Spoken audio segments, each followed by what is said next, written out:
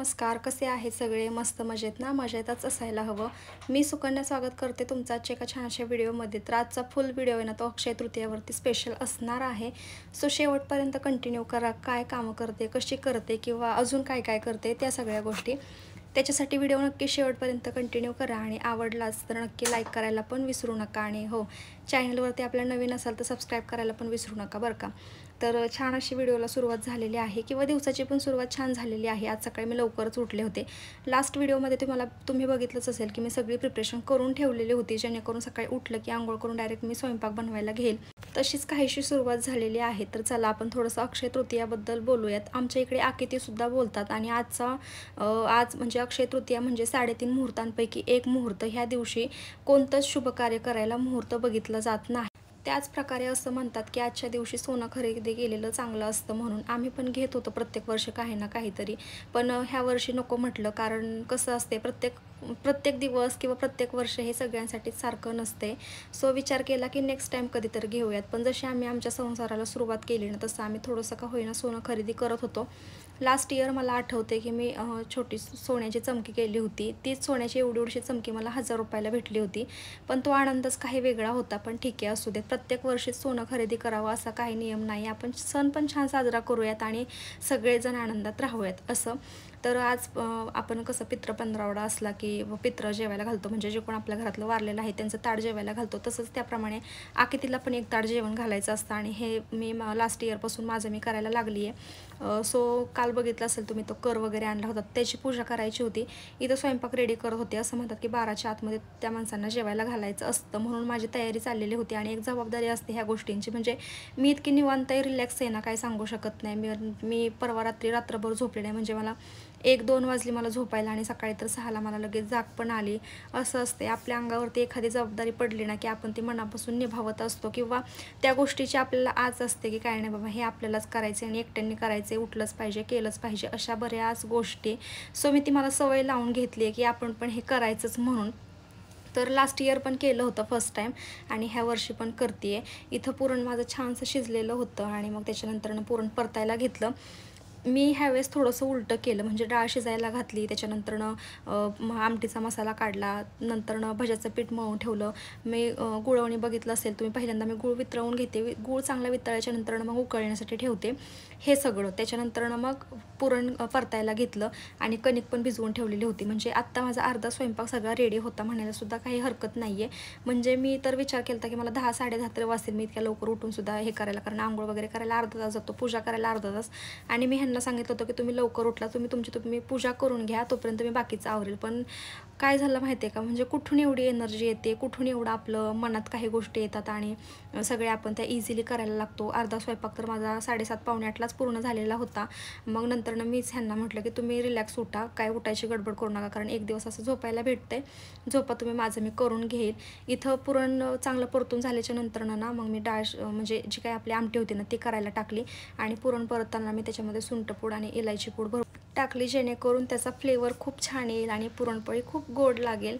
इथं जेव्हा आपल्यासाठी बनवतो तेव्हा काहीच प्रॉब्लेम नसतो, पण आपल्या हातचं दुसरं कोणीतरी खाणारं असतं ना, त्यावेळेस ती बनवण्याची जी ऊर्जा असते ना ती खूप जास्त असते असं मला वाटतं. आणि प्रत्येक गोष्ट आपण लक्ष देऊन करायला लागतो की काय नाही बाबा हे दुसरं खाणार आहेत. आपल्या घरातली व्यक्ती असेल तेव्हा थोडंसं वेगळं पडतं, पण बाहेरच्यांनी पण थोडंसं आपलं कौतुक करावं, अशा पण काही गोष्टी असतात.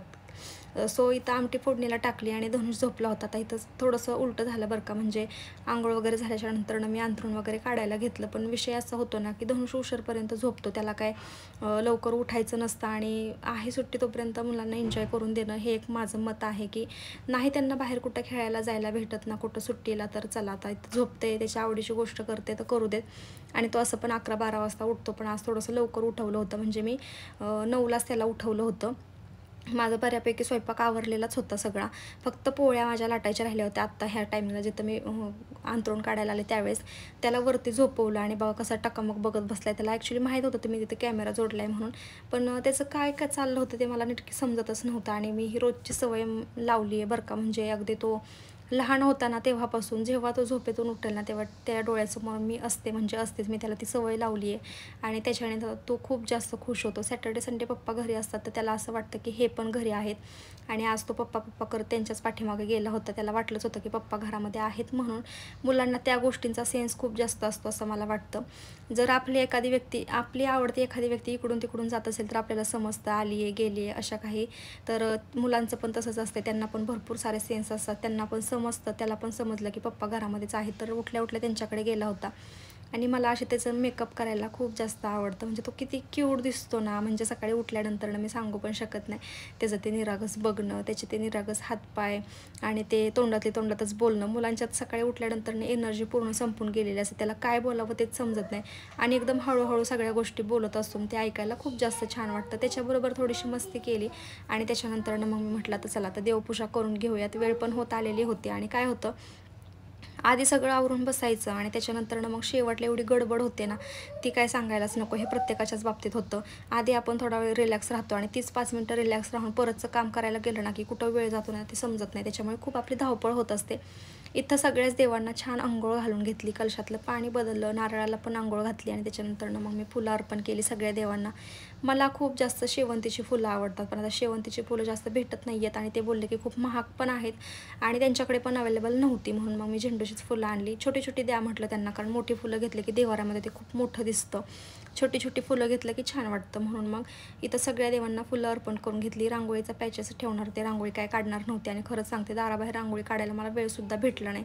सगळं झाल्याच्या नंतर आठवलं की आपण रांगोळी काढली असते तर बरं झालं असतं आणि आदल्या दिवशी तयारी करून ठेवली होती की हळदीचं लेपन करायचं, उंबरट्यावरती रांगोळी काढायची, पण त्या सगळ्या गोष्टी नाहीच झाल्या माझ्याकडून. आणि इथं मग मी हार लावायला घेतला होता, पण हाराच्या गाठी इतक्या घट्ट बसल्या होत्या ना, त्या तोडता पण मला येत नव्हत्या. म्हणून ह्यांना म्हटलं की तुम्ही काढून द्या. त्यांची आंघोळ वगैरे झाली होती, त्यांनी काढून दिलं. मग मी इथं हार लावायला घेतला. जेव्हा आम्ही हे देवघर बनवलं ना त्यावेळेस त्यांना सांगितलं होतं की इथं आम्हाला ते ज्या काही छोटे छोटे चुका असतात किंवा खिळे असतात ना ते ठोकून द्या तुम्ही म्हणून. पण तेव्हा त्यांच्याकडून विसरलं आणि ते गेल्यानंतर मी बघितलं की इथं चुकाच ठोकलेल्या नाही आहेत. म्हणून आम्ही सध्या अशा आम्हीच ठोकून घेतल्या, पण त्या काय प्रॉपर लागलेल्या नाही आहेत. ड्रिल मशीननं जेव्हा बसवतो तेव्हा त्या प्रॉपर व्यवस्थित बसतात, पण आपण हाताने बसवायला गेलं ना ते काही व्यवस्थित बसलं नाही. एका साईडचं लावलं की दुसऱ्या साईडचं पडतं आणि दुसऱ्या साईडचं लावलं की इकडचं पडून जातं. ज्या मी त्या माळा लावलेल्या आहेत ना त्या पण कधीतरी अशाच होतात. इथं छान असा हार बसवून घेतला. त्याच्यानंतर ज्या काकांना जेवायला बोलवलं होतं मग ते आले. त्यांना ह्यांनी नाम वगैरे ओढला. आम्ही सगळ्यांनी पण त्यांच्या पाया पडलो आणि मग त्यांना जेवायला दिलं. इथं सगळा राडारपाटा पडलेला होता, सगळा तसाच ठेवला. जेवढं मला आवरून घेता येईल तेवढं आवरलं.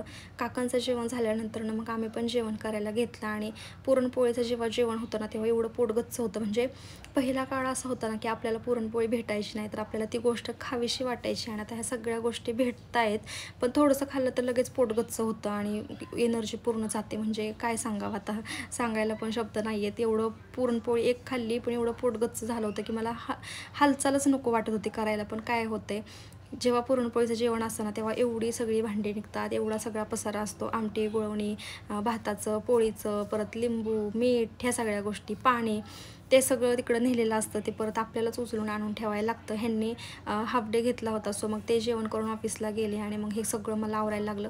जेव्हा मी धनुषला म्हणते ना बाळ माझे तू मदत कर म्हणून, तेव्हा बाळाला माझ्या अजिबात मदत करायची नसते. ते सगळं एकटीने भरभर आणून ठेवलं आणि ते गॅस सोट्यावरचा पसारा आवरायला घेतला.